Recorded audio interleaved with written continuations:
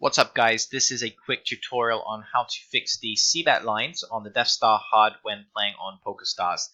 The issue is PokerStars don't allow dynamic stats, and Hansnote decided to code the software to just not show those lines at all. In the past it just showed everything that had a display setting. Now they've decided to change it to show nothing, which is not very helpful if you're trying to use the Cbet lines on the Death Star HUD. So here's what we have to do. We have to go into HUD editor. We have to find the version of the Death Star we are using. So we're either going to be using the main Death Star or we're going to be using the multi-panel Death Star. So feel free to switch depending on which one you're using. Let's assume we're going to be using the main Death Star. Now I've already done this, so you're not going to see exactly how it's going to work. We're interested in this part here where it says display conditions. Now we have two settings that we need to untoggle. The first of all is position.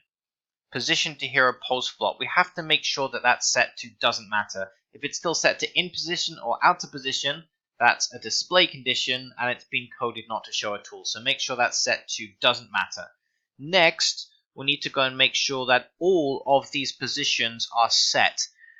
Now, when Hansnote added the straddle feature, it seems that it is unchecked by default on certain stats with display conditions. Again, not very helpful. What we have to do is make sure we set all of these positions to be highlighted in green.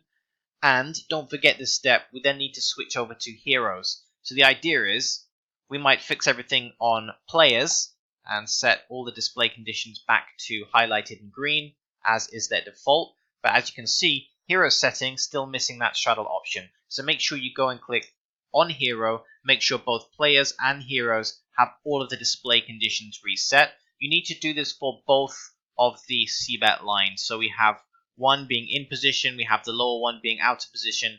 Make sure you reset the display conditions on all of these stats. It's not too difficult, but if you don't do it right, then the HUD's still not going to work. You do not need to clear and rebuild stats afterwards. All you have to do once you've reset the display conditions is simply click save in the top right, then your HUD will work on stars. The way it will work is it will show both lines at the same time. Now what that means is you're going to have quite a chunky HUD if you're playing on stars. It might be too big for some of you.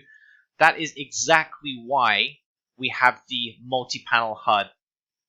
So if I just go to the Death Star multi-panel, you can see it's split down into three sections. What that allows us to do is to arrange different HUD panels in their separate segments so that they take up less space on the table. We make sure we don't conceal important information such as the button, chip stacks, etc.